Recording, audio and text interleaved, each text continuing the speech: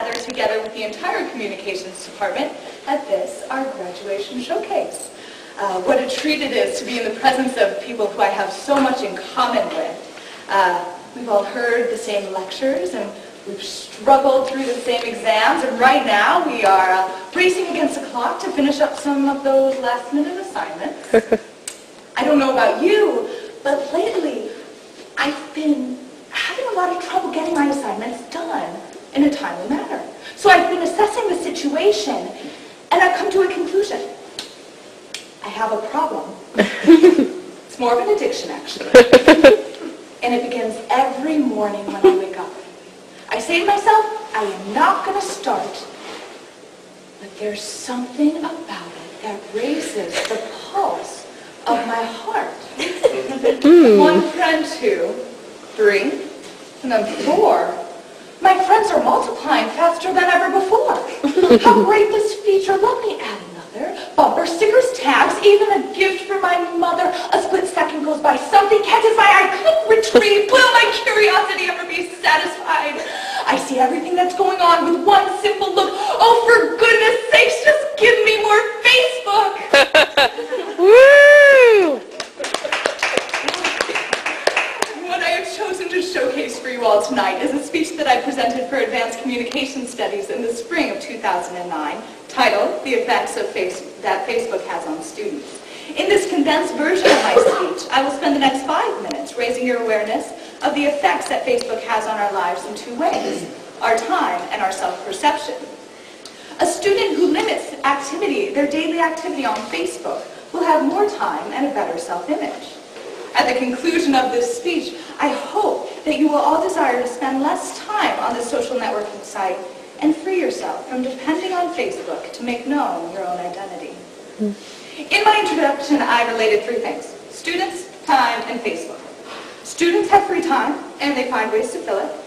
Students also use Facebook. Facebook fills free time. This simple syllogism was probably some of the first thoughts that sparked the creation of Facebook. It launched in 2004, and since then it has monopolized online interactive communities. After all, Facebook brings people closer together. Are most of the people who you communicate with available on this website? But it's a website. I forget that so often. Therefore, it wants our time. It adheres to the 3 main objectives of every other website. It desires to have many repeat visitors who repetitiously click on a variety of pages and stay on the site for increasingly long periods of time. I think that it's safe to say that Facebook has accomplished all 3 of these objectives. In fact, according to CNNmoney.com, last month Facebook topped Google to become the most visited U.S. website in 1 week's period time.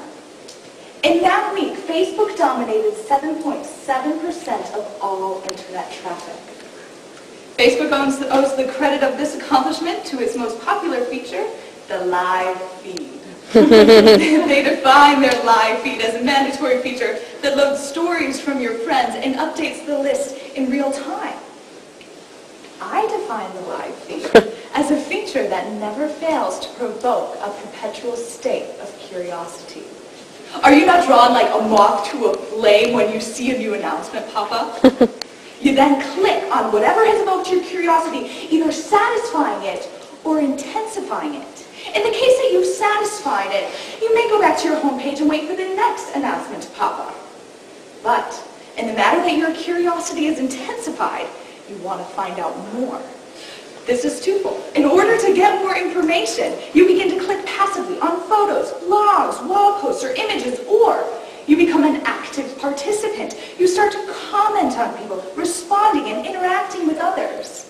Either way, the time that you've allotted for Facebook is prolonged by this perpetual state of curiosity. Now that is what Facebook's all about. We're peering into other people's lives, and we're allowing them to look into ours.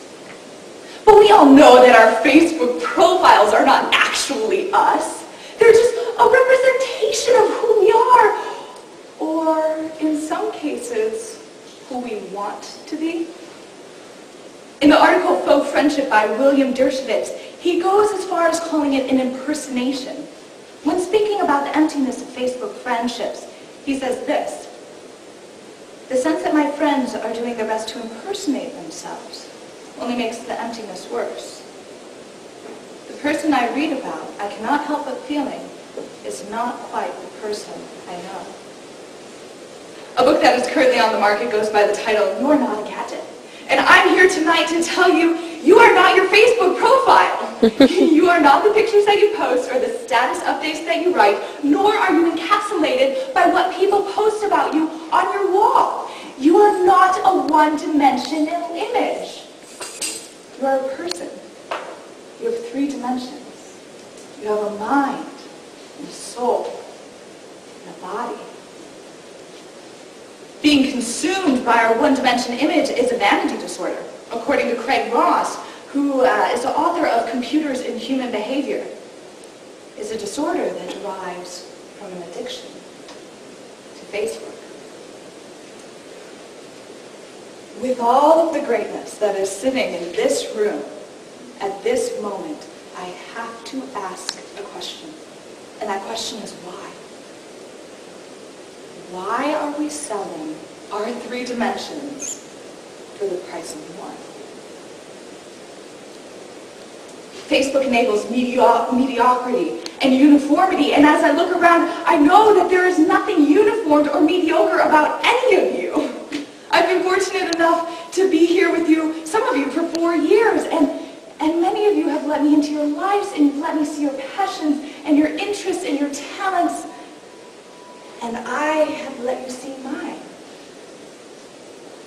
So how about this? How about for the next 2 weeks, our last 2 weeks together, let's be fully present with one another. Let's put aside our images and be ourselves. Let's be productive, diligent, disciplined students who get our work done so that we can go to Jasmine's and enjoy a cup of coffee together. Let's come together, mind to mind, soul to soul, person to person. Let's give one another the gift of ourselves, and let's give ourselves the gift of time. Facebook, give me more, or more of me I give. Thank you.